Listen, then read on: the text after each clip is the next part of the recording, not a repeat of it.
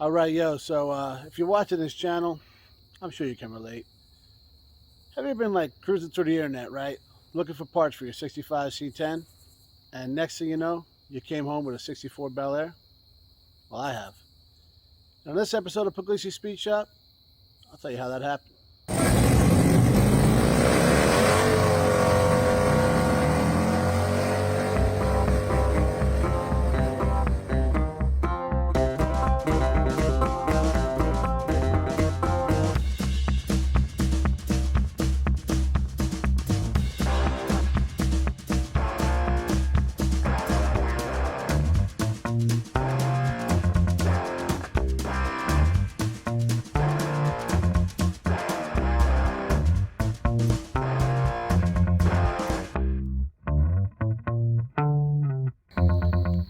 All right, so it's getting a little dark, but I want to give you a little quick rundown of what we got going on here. This is a 1964 Chevrolet Bel Air. Looks almost exactly like the Impala, just different trim package, all that kind of thing. The Biscayne, also dangerously close, right? So this is an all-original car. I say all-original, I mean like no panels have been changed. It's still wearing the original paint with a good amount of patina. And relatively straight. Now, you guys know I say that, and you also know I'm a complete hack. So when I say relatively straight, I mean like this here doesn't really bother me. I mean like, well, this here, maybe a little bit, but she's gonna be all right. The interior is, yeah, it's there, but could use a little freshening up, right? That's the broken window in there flapping. Don't worry about it. Door's pretty solid though. If you look at it, actually all the body panels are pretty solid. And I know somebody's looking at those old aluminum slots. They're cool, but I don't know if they fit what I want to do with this car. And speaking of fit, I'm thinking they don't really fit, because look at that, huh? You can't even, yeah, that's why. Don't think it ran that much like that. There's little differences in Bel Air. Like I said, it's a different trim package. It's I think it went Biscayne, Bel Air, then the Impala was like the, But yeah, this is it. It's dark over here, so you're probably not going to see a lot on there. But it's actually a little nicer over here. It's got the trim all the way down. What are we going to do with it? Well, we'll figure that out. But the important part is we got it. So I'm going to get this thing off the trailer, because I get the trailer back to the guy I borrowed it from. And we'll probably put it somewhere in this region over here. And tomorrow I'll come down, give you guys a walk around, and see what we're working with. And maybe you can give us some ideas. All right, so not the next day, but you're getting a walk around just like I promised, right? So I said, give us some ideas. There's like a million different ways to do this car. I mean, like there is any car, right? But these cars, you see them, they can be done like a muscle car, a custom, a lowrider, a sleeper, like whatever. Like there's so many different, and they all look great. And I got some ideas, but I'm gonna give you a whole, and then tell me what you do with it. All right, so I pushed it off the trailer, and it landed right in this region here, just like I said it would, and there she sits. Take a little walk around. Originally a black car. You can see lots of black under the little pitting and whatnot. It is, when I say it's original, I'm saying this is still the original coat of paint on this thing. I mean, what's left of it, right? Lots of sunbake, but check it out, dude. All pretty solid. I mean, all really solid. So we got here. The interior is, yeah, but it's here, right? So you got the split bench. It's kind of holding on a little something there. Be fine. Bench in the back. Everything is here, minus the, well, there's parts of the headliner. That iconic dash. Just, can you see it? I don't know if you can see it. Where's that? It says like 57,000, and I'm looking past the cobwebs. Yo, I don't know. Know what you think? Oh, we got some scissors. Dope. This here is not great, right? And the brace right there below it is not good. Everything else over here is good. This here, BAD. So that's a 4-pan, right? What else we got? Some trim there. That there is that's the door trim for there. Haven't found this trim yet, but be patient. The rear bumpers, I mean, pretty damn straight. Got the Bel Air badge on it. The gas tank is new in it, or newer. It's really shiny, and well, you can see a new guy with a grommet right there. So somebody's doing something. We don't know exactly what. Tail lights, well, this guy was a little busted, but whatever. Let's see there. We'll get her. Fun fact: the key works the ignition and the trunk and the door. So that's how I know that was replaced on, right? And so we got some rust here in the trunk. You can actually, and we're looking, you can actually buy just this lower trunk pan. It's like $100. So like I said, lots of trim. I believe this is lots of stuff here. We'll figure it all out what's there. You can see a bunch more over there. Looks like an old poverty cap. A little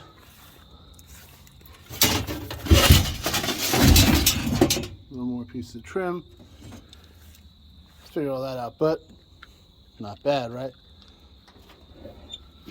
There's something weird here. This here, I don't know, and it's like sealed on here. I'm sure there's a hole of some sort, but I'm curious what this is going to come out like. I don't know. Lots of black paint left, guys. This side has the trim all the way down it. Got the Bel Air there, and matching wheels all the way around. Not the ones I think I'm going to use, but whatever. This was, I was saying here, I don't know what happened here. It looks like, so obviously something struck it at some point.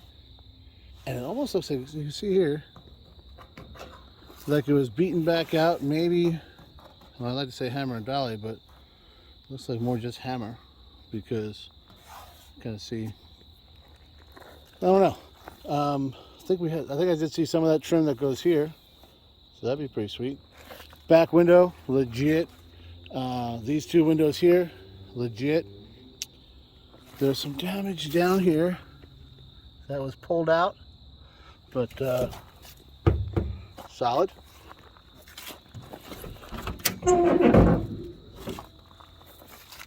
Here we got front good to go. So it's just the left side that has rust on there. Not too bad.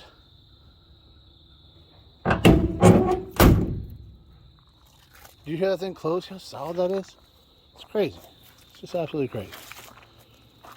There's one little piece of rust down here, but I don't think they deleted a bolt there, but well, that's fine.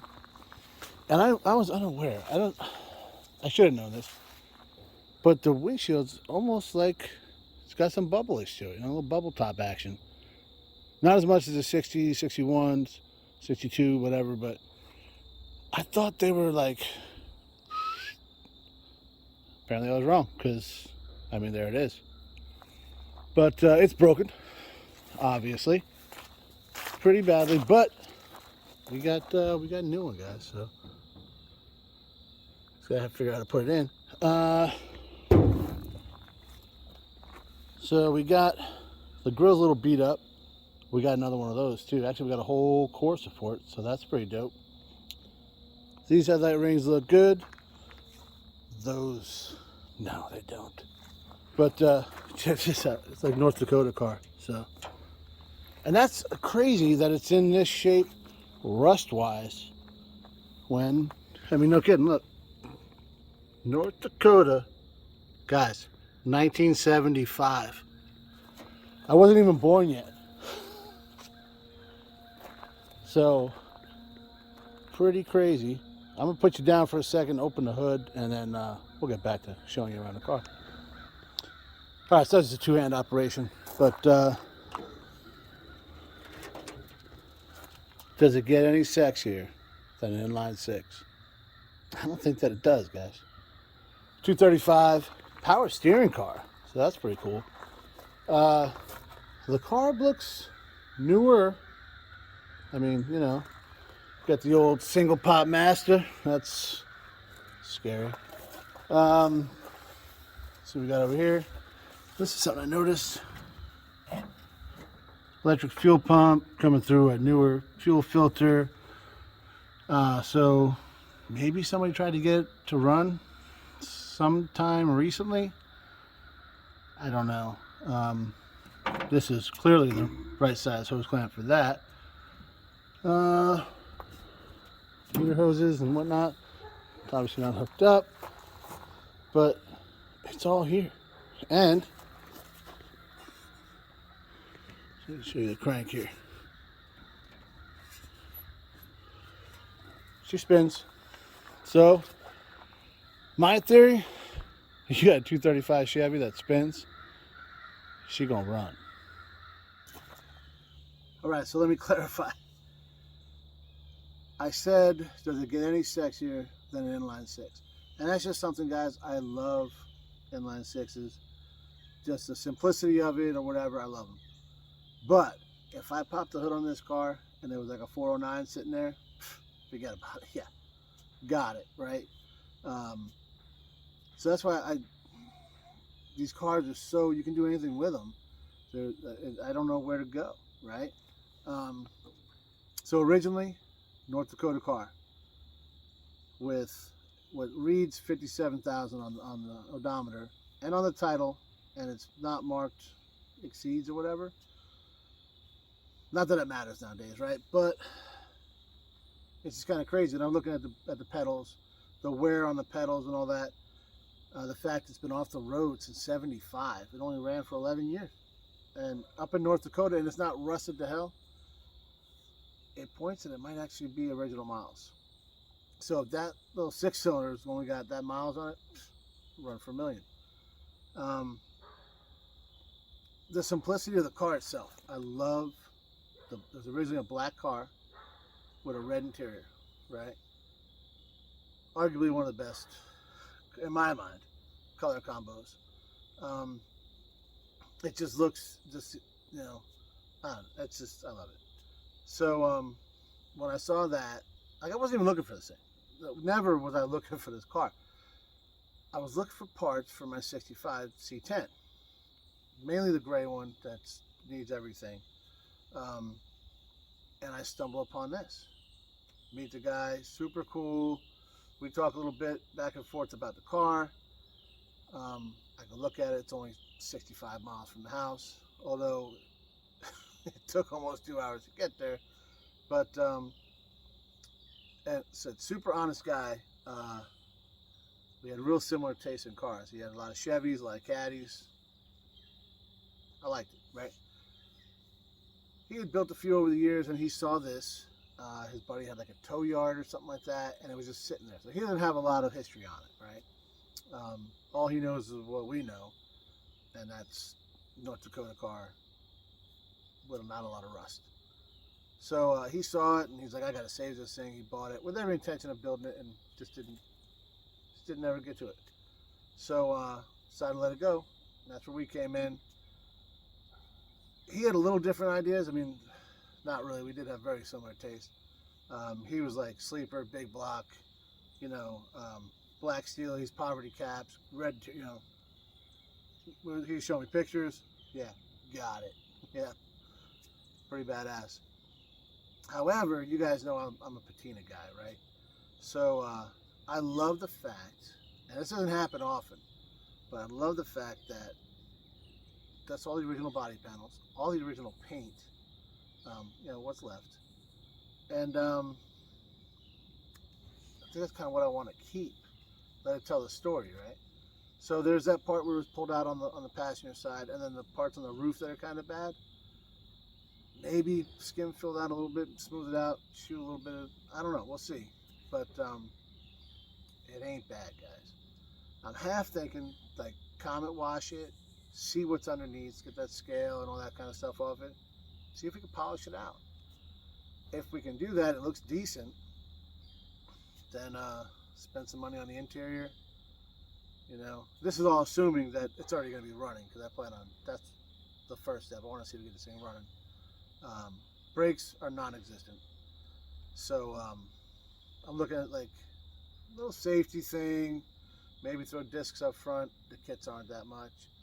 While I was looking at that, you know, upper and lower A-arms and all that is damn near as much money for what I found, as you can buy like a whole tubular set for $300, which you're gonna spend $2 and change just getting, you know, getting all this stuff, and then getting it all, pressing everything in and all that. I know, I mentioned Dan a lot on DD Speed Shop. He's always doing tri-fives. He's actually doing a Biscayne. I think it's a 66 right now. But he ended up doing that, getting all the tubular stuff and all that, made in China. But I don't know if you guys realize or not, but everything's freaking made over there right now, and people are getting parts. And he did a bit on this too, from you know, quality names, right? Comp Cams and not the, you know, whatever, all the big names, whatever, and they're getting parts that aren't not up to snuff. Now they're standing behind their product and trying to get it fixed for you, but what are you paying for anymore? I don't know. I'm gonna get off that tangent. So I'm half thinking about just doing that kind of stuff, like and Kevin hates it when budget build or whatever, but not really, you know. I don't think, you know, I got to put a floor pan and a trunk pan in it, and then make it nice and clean and comfortable interior, inside. I'm good with running the 6-cylinder. I got a 350 in the shop that I'm kind of itching to put in something. It's not the right one for this because it'd be a 327, but maybe look for one of those. I don't know. Maybe a 283. Maybe I got an LS too. John gave me that motor we pulled out of his truck. Maybe we build that up. I don't know. That's where you guys come in. I need a little bit of help. I wasn't planning on buying this thing, so I have no plan, right? Which is pretty much how I operate on the reg, you know. On the reg, did I just say that? Every day, it's pretty much how I get down. So, what do? I think I got it figured out, you know, saying that paint's somewhat still there.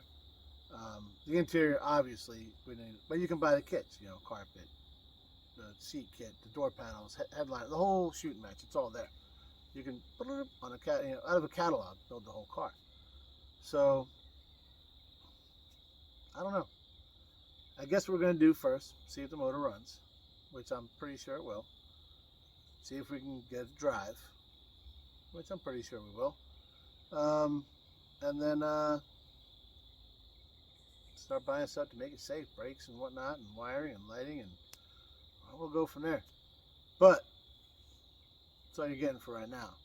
So if you want to see what we decide to do, if it runs, if it drives, if it stops, all that kind of stuff, you got to subscribe, you know. So hit the like button, hit the bell, the whole shooting match, right? Tell your friends, all that kind of stuff, and let's see what we do with this thing. Thanks for watching, guys. All right, it's been like 3 days, and I keep forgetting that I actually did take this thing out of here. So check it out. We got the full course report. I mean, the whole shooting match, right? And it's got the emblem on it. The other one don't got that. Some trim pieces, and look how straight that grill is, huh? Not bad. All right, now I gotta remember to actually take it out, you know, since I'm here.